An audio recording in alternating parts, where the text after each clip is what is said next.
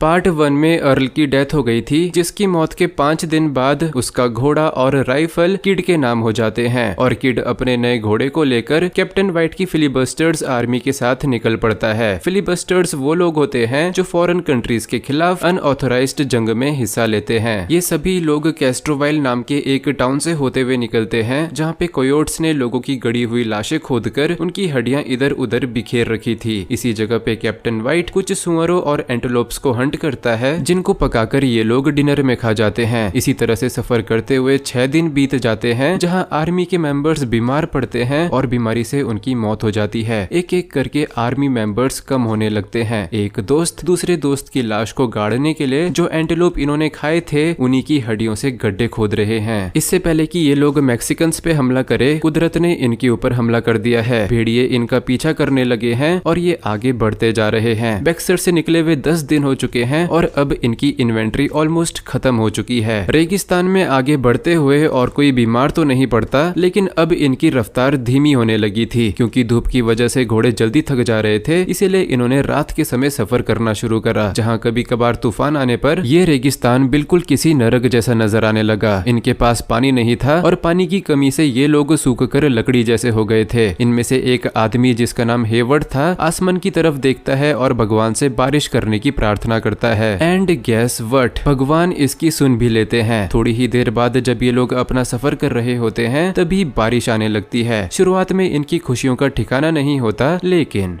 ये बारिश तेज हो जाती है, मानो कोई पानी से बने तोप के गोले चला रहा हो। और इतनी तेज बारिश होने के बाद भी अगले दिन इनकी पानी की बोतलें खाली होती हैं और कुछ घोड़े मर चुके होते हैं। बट एटलीस्ट इतने दिनों बाद इन्हें एक झोपड़ी नजर आती है, जहाँ पे इन्हें पीने का पानी, घोड़ों के लिए शेल्टर और खाना मिल जाता है। ये झोपड़ी एक बूढ़े आदमी की होती है, जिसको ये लोग घसीटते हुए कैप्टन के पास ले आते हैं। ये बूढ़ा इतना डर जाता है कि ये लिटरली मूत देता है और कैप्टन इसे बेवकूफ और यूजलेस बोल के जिंदा छोड़ देता है। कैप्टन यहाँ पे आया था जस्टिस करने, लेकिन कर रहा है कमजोरों पे अत्याचार। खैर, रात के समय ये लोग यहीं पे कैंप करते हैं और सुबह तक सारी तैयारी करके फिर से रेगिस्तान की तरफ निकल पड़ते हैं। रास्ते में इन्हें एक गांव मिलता है, जिसको ये खंडर बना के आगे बढ़ जाते हैं और अगला कैंप बनाने के लिए ये एक चर्च में रुकते हैं और उस चर्च की गिरी हुई लकड़ियों से कैंप फायर बनाते हैं। अगले ही दिन कैप्टन व्हाइट अपनी पीतल की दूरबीन से रेगिस्तान का सर्वे करता है, जहाँ पे इसे कुछ हजार भेड़ बकरे नजर आते हैं और ये भेड़ बकरे कुछ गडरियों के पास थे, जो घोड़ों पर बैठे थे और देखने में इंडियंस या फिर मैक्सिकन्स लग रहे थे। और कैप्टन की गोरी चमड़ी लॉजिक के हिसाब से इन इंडियंस ने भेड़ों को चुरा रखा था। इफ दे आर नॉट गोरा, दे आर डेफिनेटली चोरा। लेकिन कैप्टन की आर्मी को देखने के बाद भी इन इंडियंस को जरा भी फर्क नहीं पड़ रहा था और कैप्टन को लगता है शायद अब लड़ाई होने वाली है। जैसे ही फिलिबस्टर्स इन भेड़ों के नजदीक जाते हैं, वैसे ही रेगिस्तानी टीलों के पीछे से हजारों की तादाद में भाला फेंकने वाले और तीरंदाज इंडियंस घोड़ों पे सवार होके नीचे आने लगते हैं। कैप्टन की आर्मी के लिए ये नजारा किसी डरावने सपने जैसा था। इंडियंस का झुंड जोर से चीखता है और कैप्टन की आर्मी के ऊपर तीरों की बारिश चालू हो जाती है। किड बड़ी मुश्किल से खुद को तीरों से बचाता है, जहाँ पे बाकी सभी लोग एक एक करके मारे जा रहे थे। ये लोग बंदूकों से फाइट बैक करने की कोशिश करते हैं, लेकिन आज के दिन इन लोगों की इंडियंस के खिलाफ बहुत ही बुरी हार हुई है, क्योंकि चाहे ये लोग जिंदा हो या मरे हुए, घोड़ों पे सवार इंडियंस इन लोगों को टुकड़ों में काट दे रहे थे, मानो इंडियंस के लिए ये लोग कमजोर जानवर की तरह हैं। खैर, ऑथर हमें कभी नहीं बताते कैसे, लेकिन किड इस मौत के नंगे नाच को चमत्कारी रूप से सरवाइव कर जाता है, जिसके बाद अपनी जान बचाने के लिए ये एक चट्टान की तरफ बढ़ता है ताकि छुप सके, आसपास इलाके का मुआयना कर सके और थोड़ा आराम कर सके। लेकिन तभी किड को किसी के बुलाने की आवाज आती है। इसका नाम होता है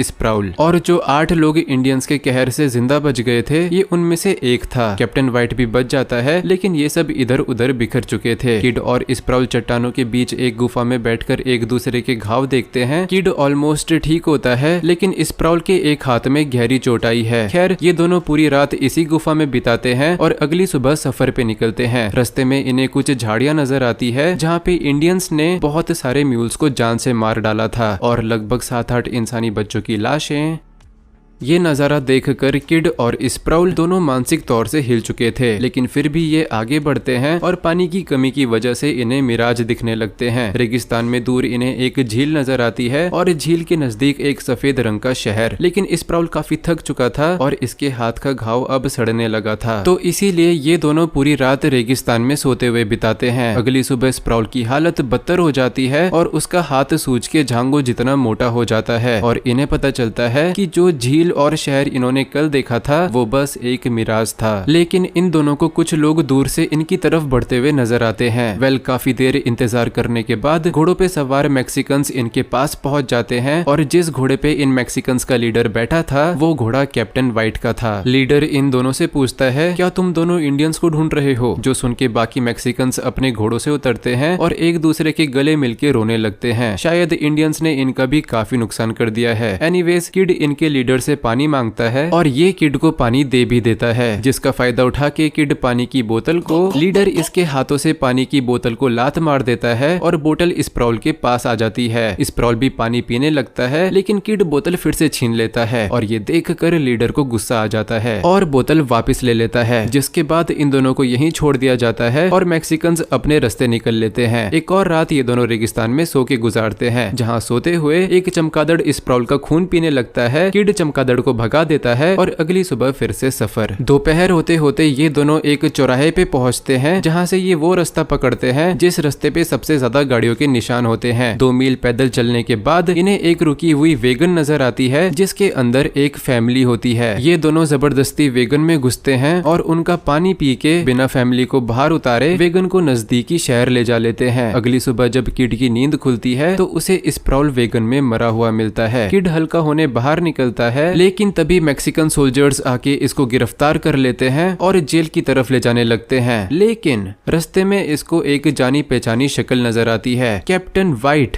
का सर एक दारू से भरे हुए जार के अंदर, जिस जार के ऊपर किड थूकता है और बोलता है वैसे भी किसी काम का नहीं था। किड को ऊंची दीवारों में कैद कर लिया जाता है, जहाँ पे 3 और मुजरिम थे। उनमें से एक से किड दोस्ती कर लेता है, जो कि एक लड़का था जॉर्जिया से। जॉर्जियन किड को बताता है कि कैप्टन एक बेवकूफ था और उसके शरीर को सुअर खा चुके हैं। वेल, कैप्टन को मैक्सिकन लैंड लेनी थी, लेकिन मैक्सिकन लैंड ने कैप्टन की ले ली।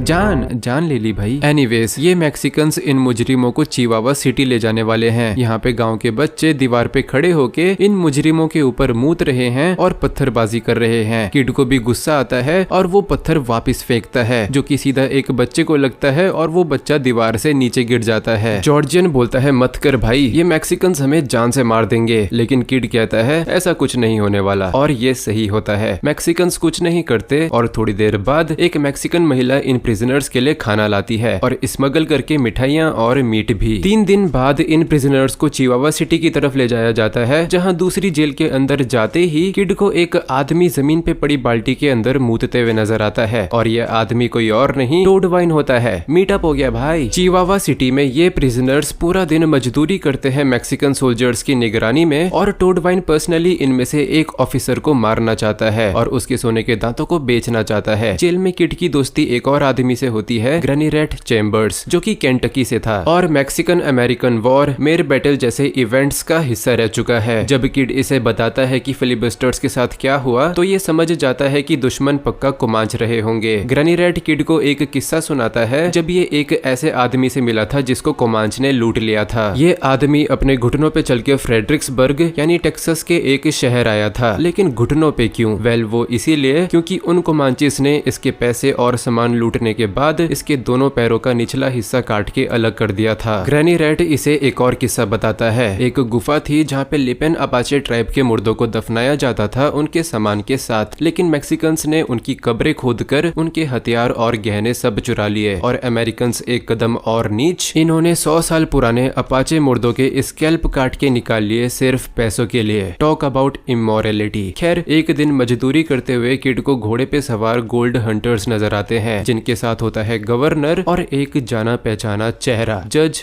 होल्डन। ये सभी लोग गवर्नर के महल की तरफ जा रहे हैं, जहां हम इस झुंड के लीडर से इंट्रोड्यूस होते हैं। इस काले बाल छोटी कद काठी वाले आदमी का नाम होता है जॉन जोल ग्लैंटन। इसका नाम सुन के घंटी बजी। अगले दिन जज होल्डन इन प्रिजनर्स को स्टडी करने आता है। जब ये किड को देखकर मुस्कुराने लगता है। पीडोफाइल कहीं का। टोडवाइन इन्हें बताता है कि चिवावा का गवर्नर एंजल ट्रायस ग्लेंटन गैंग को अपाचे ट्राइब के लोगों को मारने के लिए पैसे दे रहा है, एक स्कैल्प लाने पर $100 और अपाचे लीडर गोमेज का स्कैल्प लाने पर $1000। टोडवाइन किड और ग्रैनी रैट को कहता है कि उसने ग्लेंटन गैंग में इन तीनों का इंतजाम कर लिया है और 3 दिन बाद ग्लेंटन गैंग, जिसमें अब ये तीनों भी है, चिवावा शहर से विदा लेने लगते हैं। गवर्नर ट्रायस इन सभी को शहर के गेट तक लीड करता है, जहाँ रास्ते में छोटे लड़के खुशी में इनके घोड़ों के साथ भाग रहे थे और शहर की लड़कियां इनके ऊपर फूलों की और उड़ती हुई चुम्मियों की बरसात कर रही थी। शहर के गेट पे पहुंचने के बाद ट्रायस इन हंटर्स को ब्लेसिंग्स देता है और इनकी अच्छी किस्मत के नाम एक पैग लगाता है, जिसके बाद गैंग निकल पड़ती है अपने सफर पे। और मुझे पता चलता है कि आप में से मेजॉरिटी लोगों ने चैनल सब्सक्राइब ही नहीं कर रखा है। कम ऑन यार। आज की कहानी यहीं पे खत्म होती है, जो कंटिन्यू होगी अगले पार्ट से, तो जल्दी से सब्सक्राइब करके बेल नोटिफिकेशन को ऑन कर लो और मुझे इंस्टाग्राम पे भी फॉलो कर लो। लाइक शेयर और कमेंट तो आप कर ही चुके होंगे, मुझे पूरा भरोसा है। मैं मिलूंगा आपसे अगली वीडियो में। धन्यवाद।